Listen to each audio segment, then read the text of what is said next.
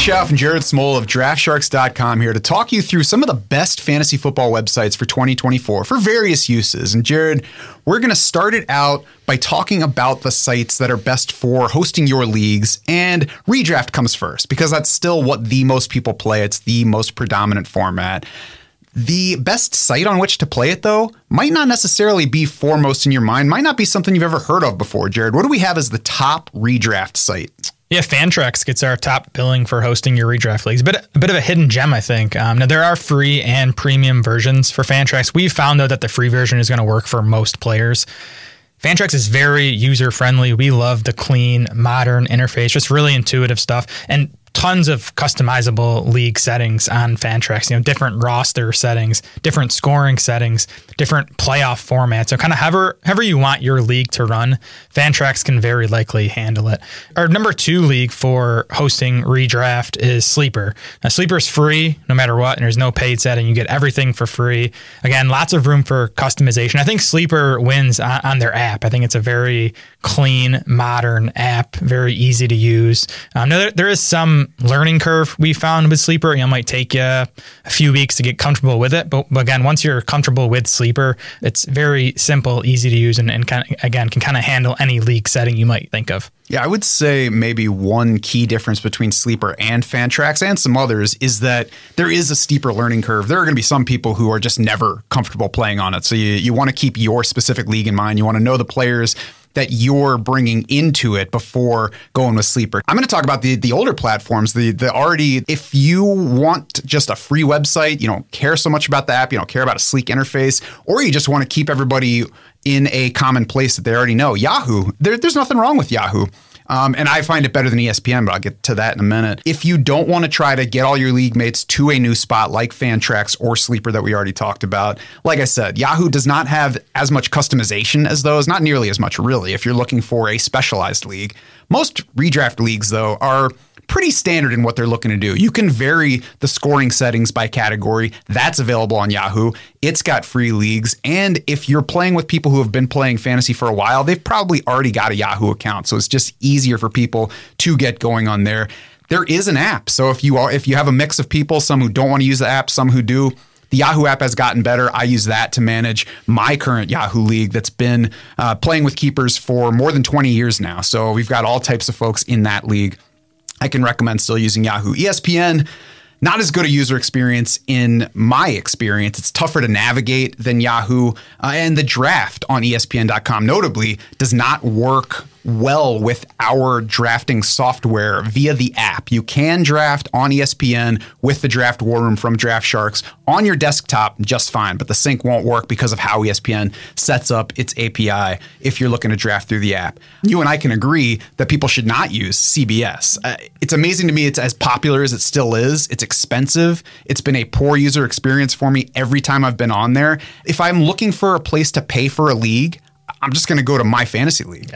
Yeah, I got to imagine anyone still using CBS is doing it just because that's what they've always done. So like if you're on a CBS league, if you're the commissioner, if you're not the commissioner, tell your commissioner to just try something else for one season. I'm pretty sure you're not going to want to go back to CBS. Yeah, if you've always done it, stop doing it. We're going to move on now to dynasty leagues because there's, a growing platform there, plenty of people playing dynasty leagues. Where is the best place you've found so far for playing dynasty? Yeah, it's Sleeper here for us, and for a lot of the same reasons we talked about with redraft. For me, the biggest one is the app. Like if you're in a dynasty league where a lot of the players want to be doing stuff from their app, I think Sleeper is definitely the way to go. Just very sharp, very clean, very intuitive interface on the app. Again, the website is fine too, and tons of customization options for your Sleeper dynasty leagues. Scoring settings, roster settings, the rookie draft, playoff settings, and I found too it's very easy to carry over your league from one season to the next. It's like 2 clicks of the button and you're good to go for the following season. So Sleeper is our top pick for dynasty leagues. Sleeper's also good for having slow drafts. If you're starting up your dynasty league with a slow draft, or if you have a slow draft for your rookie draft each year, you can pick on the go. It's very easy to get into, and you can make moves along the way if you're looking to trade draft picks. An older option is My Fantasy League. That comes in number 2 in our review of Dynasty Leagues, and it's still highly customizable. There's league calendar, there's transaction histories, there's a collection of player news from various outlets, all the info you could want. The one drawback on that is the interface, because it can be tricky to find the things that you are looking for. It's got an outdated website interface. They don't seem too interested in updating it. So you got to know what you're getting into there. You got to get used to using it. And of course, Fantrax is also an option on the Dynasty front, Jared. It's almost the modern version of My Fantasy League in that it has the slicker interface, the high level of customization. It is free, where My Fantasy League is generally not. And you can import existing leagues, so you don't have to worry about setting everything up manually. If you've got an existing league, they can probably import it and handle all your current settings. And a bonus on that front is that they include Devy and college leagues there. Yeah, not much has changed with My Fantasy League in the past 10 to 15 years, which is nice if you've been there, because nothing's changed. You don't have to learn new stuff. But if you're new to it and you hop on My Fantasy, you're going to think you're kind of back in the early 2000s. So in that case, I think Fantrax is probably the better option among these two. Best Ball is the newest format among those we're discussing here today. And it's got a pretty clear leader for top best ball site right now, right? Yeah, Underdog has really emerged as the top place to play best ball. And I think the biggest reason is because of their flagship contest, Best Ball Mania. Underdog is not just Best Ball Mania, though. They have tons of other contests at different price points, whether you're talking about these big tournaments. They even have contained 12 10-team leagues, even 4 and 3-team leagues. So there's a lot of different ways you can play best ball on Underdog. I think the app is the biggest selling point for Underdog. It's my favorite app just to draft on. It's just simple, clean. I'm not a phone drafter, but I actually like drafting on Underdog. They also have fast and slow draft. So again, just a lot of different ways you can play best ball on Underdog. And those single leagues that you mentioned, they're less of a focus when people talk about best ball right now, but that's a good way to get used to it if you've never played before, and especially if you haven't drafted on Underdog specifically. It's a good way to get used to that draft without investing too much and jumping into tournaments. Our number 2 spot for playing best ball is FFPC. It's newer to the best ball space. They've been around for a long time, though, hosting fantasy leagues. They offer tournaments before and after the NFL draft, smaller fields than other outlets, which is good if you're trying to take that top prize. You have less competition. Doesn't mean that you have easier competition, but maybe you don't have to be as perfect with each entry. You don't face as many max drafters there. The high entry fees are a little bit different because you do have to pay up to get into those tournaments on FFPC, whereas Underdog and others have lower levels for entry. So know that going in. But if you are a money player, if you're looking to invest in your fantasy play, it can be an especially convenient spot because in addition to best ball options, they have high stakes leagues, they have dynasty leagues, all pay. You can just have the one bank. If you are playing on FFPC, I would recommend trying to use the website for draft and league management as opposed to the app. App not so smooth. Drafters is one more best ball spot that I especially like. The app is not as slick as Underdog for drafting, but a similar draft experience at this point. They have improved it some. Not nearly as many tournament offerings as Underdog has, but I like the total points scoring format as opposed to the playoff weeks. It's got full PPR scoring as well. I think that all collects to really award the best team at the end of the season, more so than a team that was one of the best and then got lucky in the playoff weeks. I'm not saying one way is better than the other. I'm saying my preference is to award that total points. I like that on drafters. I like the smaller tourney field. So I'm a big fan of playing on drafters.